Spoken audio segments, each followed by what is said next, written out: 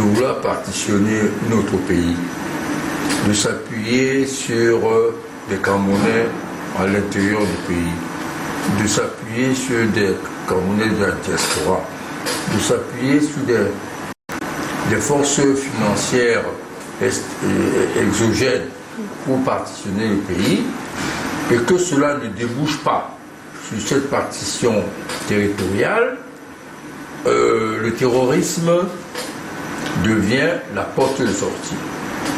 Vous avez tout à l'heure fait remarquer que il y a eu actuellement même des gens qui ont pris la parole disant que ça va se pacifier. Pourquoi? En réalité, le terrorisme vient de terreur. Ce qui le développement de la délinquance dans le pays est de nature à satisfaire ceux qui ont pris les armes dans le nozo, dans ce sens que il crée une situation qui embête la République et qui l'oblige à prendre des mesures plus strictes pour la situation dans le nozo. Mais qui leur donne ces armes-là, le président Anissé Kané? Mais vous posez une question avec une réponse que tout le monde connaît. Les armes viennent de l'extérieur. Elles coûtent si cher qu'elles ne peuvent pas être achetées par des bandes de désœuvrés qui vivent dans le nozo ou à l'intérieur du pays. Ce sont les forces extérieures et intérieures qui sont derrière cette tentative de déstabilisation à travers le problème posé de la sécession. La sécession, la tentative de sécession ou l'idée de la sécession ne date pas de 2016. Ça date avec l'histoire. De très longtemps. Moi, j'ai fait la fusion avec Moukong. Il nous parlait de sécession en 1990. Donc l'idée de la sécession est là, dans l'histoire de notre pays. Ce qui a changé, c'est que de façon claire, cette idée s'est transformée en une guerre larvée avec des soutiens intérieurs et extérieurs de grande importance.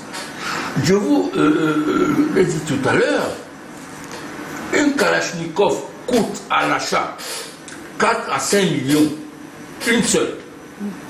Une lance-roquette, c'est 25 millions.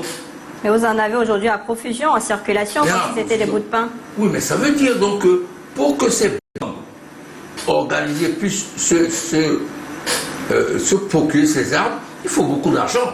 Donc tout ce qui a intérêt à ce que la situation du nozo ne soit pas réglée et qu'elle soit un élément de déstabilisation, de stress permanent dans tout le pays.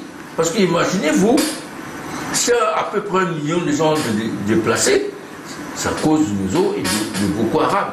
Donc il y a un intérêt pour ceux qui ont déclenché la lutte armée pour la sécession à ce phénomène de prolifération des armes de guerre s'intensifie dans le Cameroun.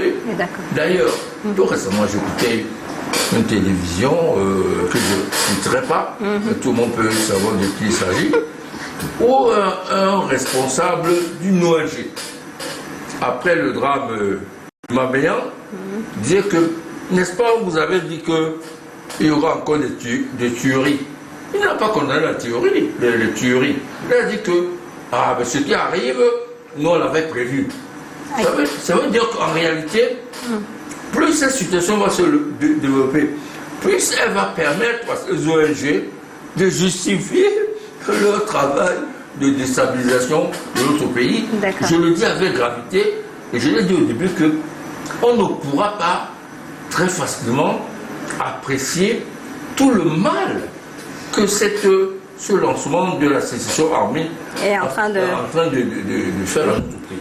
Camille, il y a quand même, quand on écoute le président Anissé, il y a quand même des modalités d'acquisition d'une arme, le mode même de fonctionnement des armureries. Comment donc comprendre au-delà de cette volonté de déstabilisation ou bien des personnes tapées dans l'ombre pour un certain nombre de projets assez noirs, entre guillemets, comment comprendre donc qu'on ne puisse pas véritablement contrôler l'arrivée de ces armes au niveau des frontières, au regard des lois et des textes qu'on a carrément dans notre pays.